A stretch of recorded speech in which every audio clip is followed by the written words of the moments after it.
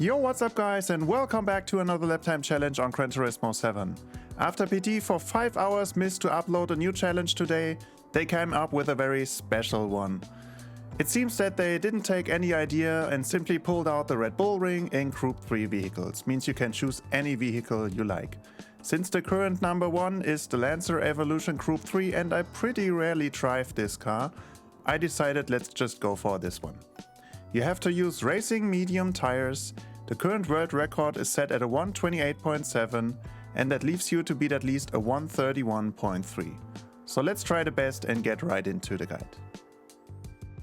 But let me tell you first that indeed in the end I used the Ferrari instead of the Mitsubishi because I felt this car was much more stable and easier to drive and I could push much more in this car to get below the 130.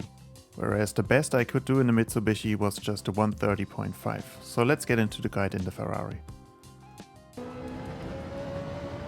So as usual, starting into your lap, the most important is to get that last corner dead right. Get the momentum out of the corner, get the high speed. Then go over to the left hand side of the track. The initial brake marker is slightly ahead of this 100 board on the left. I always use the full curb on the left because I felt I get a better entry into this first corner. Then cut a lot of the inside curb, keep a slight power input and then after the car settles, keep it flat out again in second gear. Now full acceleration to the hairpin, therefore try to take a straight line through this right and slide left-hander, then get the car to the left-hand side of the track again, and again your brake marker is around the 100 board on the left-hand side. This time keep it on the track cause the grip is much better here, then brake in a straight line down to very first gear, go for a late turn in over the inside curb, then open up the steering and flat out in first gear again. I have also tried second gear out of that corner, but first was always quicker for me. Then full acceleration again, try to rev out those gears, at least in the Ferrari, then go over to the left hand side of the track again, and as soon as you see that white line of the 100 board, go hard into the brakes again in a straight line, then down to the very first gear, then aim for the inside curb, let the car roll, early upshifting to second, and then be gentle on the power before going flat out again, and accelerate, go over to the right hand side of the track. Keeping it on the right, you want to now search for that 50 board on the right hand side of the track. Right at the white line, brake shortly and try to use straight braking going down to third gear into that left hand corner. If you feel like you could use some more rotation, you can shortly go down to second before going to third up again and flat out using all the width of the track. Your immediate next brake marker will then be at the end of this curb. Again, give it a slight push to the brakes and use trail braking and third gear into this left-hander, let the car roll over the inside curb and then get gently back to the power before going flat out and use all the width of the track over the curb on the right-hand side. Now again make sure to rev out fourth gear uphill and then your next brake marker will be shortly after the white line of the 100 board. Go a bit off track to get a better entry into the right-hander, slight tap to the brakes down to third, then let the car roll over the inside curb and early flat out using all the width of the track on the left. And then the next brake marker is shortly ahead of this yellow bumps on the left-hand side. Give it a slight tap to the brakes in third gear, let the car roll over the inside curb and then as soon as possible flat out again to get all the speed to the finish line. And as usual, let's review this lap once more from chase cam. So starting into your lap, make sure you get that last corner dead right, so you carry a lot of speed onto the main straight. Then put the car to the left hand side of the track and then your initial brake marker is slightly off track on the curb ahead of this 100 board. Brake hard down to second gear, let the car roll over this curb and once it's settled, go flat out again.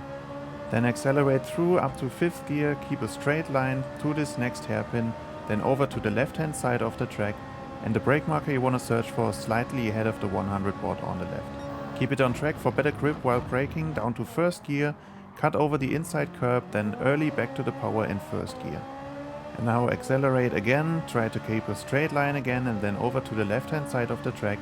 And the next brake marker is again slightly ahead of the 100 board on the left. Brake hard, go for a late turn in down to the very first gear, then early upshift to second and gently before going flat out to the power.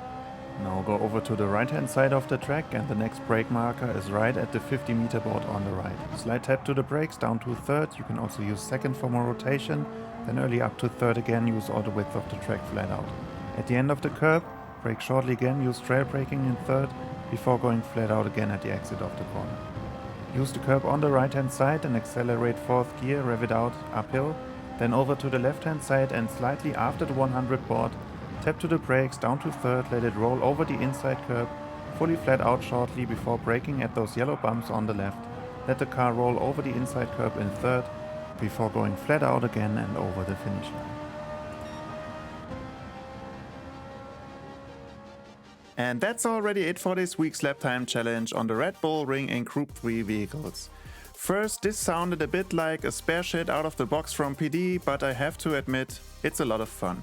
I started on the Lancer Evolution, I made good progress and got a gold time really quick, but then I changed to the Ferrari and I have to say this car is much more stable and much easier to drive.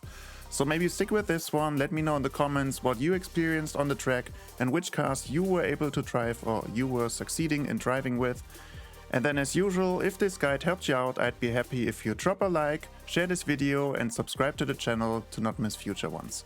And then I say thank you for watching again, hope to see you guys in the next one and bye bye.